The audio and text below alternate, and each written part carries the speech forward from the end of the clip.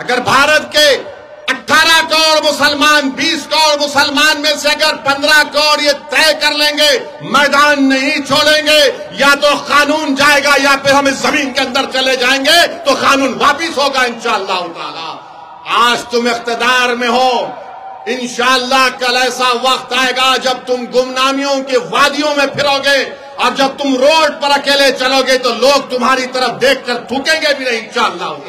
Uniform civil code की आप बात कर रहे हैं, कौन सा यूनिफॉर्म सिविल कोड जो कबायलियों को, आदिवासियों को उससे मुस्तस्ना कर देता है? वो कैसा यूनिफॉर्म होगा?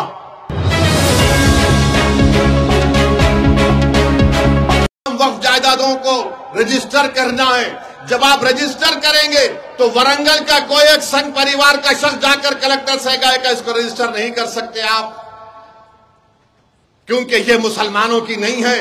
तो कलेक्टर इंक्वायरी ऑर्डर करेगा, इंक्वायरी ऑर्डर करते ही वो वक्फ नहीं रहेगी। कलेक्टर इंक्वायरी ऑर्डर करके सो जाएगा, रिटायर हो जाएगा, इंक्वायरी कंप्लीट नहीं होगी, हम अपनी वक्फ की जायदाद को खो देंगे।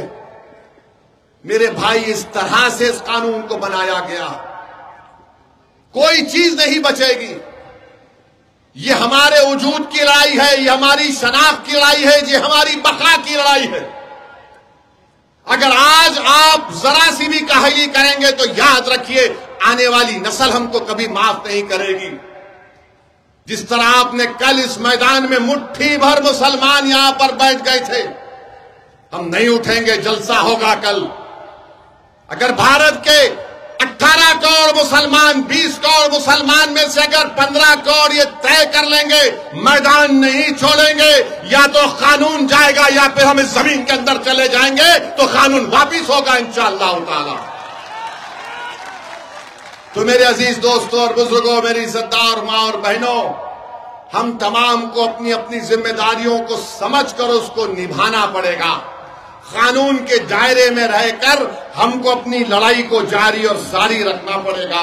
डरने और घबराने की जरूरत नहीं है।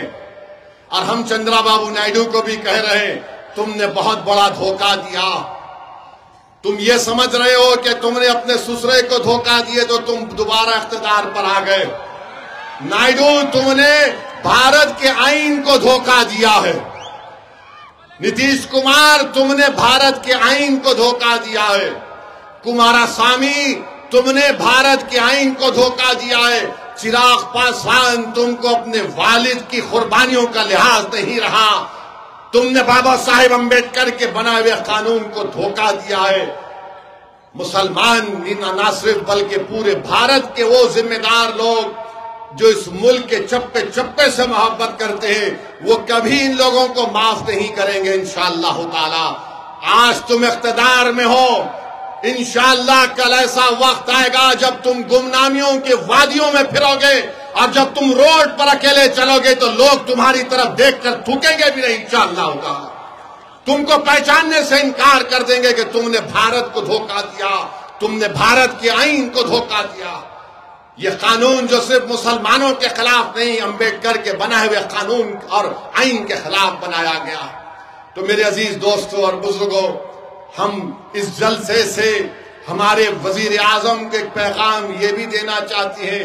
यूनिफॉर्म सिविल कोड की आप बात कर रहे हैं, कौन सा यूनिफॉर्म सिविल कोड जो कबायलियों को, आदिवासियों को उससे मुस्तस्ना कर देता है? वो कैसा यूनिफॉर्म होगा?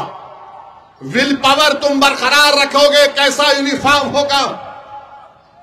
तुम लव जिहाद के नाम पर कानून बनाओगे, कैसा यूनिफॉर्म होगा?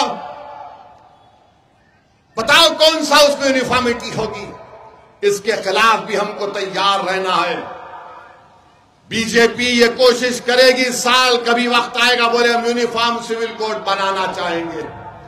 यूनिफॉर्म सिविल कोड होगा तो हमारे हिंदू भाइयों को पूछना चाह रहा हूं, क्या दया भागा या मिताक्षरा स्कूल ऑफ थॉट का यूनिफॉर्म सिविल कोड होगा? आप दया भागा स्कूल ऑफ थॉट को मानेंगे, मिताक्षरा स्कूल ऑफ थॉट को मानेंगे? बताइए आप कौन सी चीज को आप मानेंगे?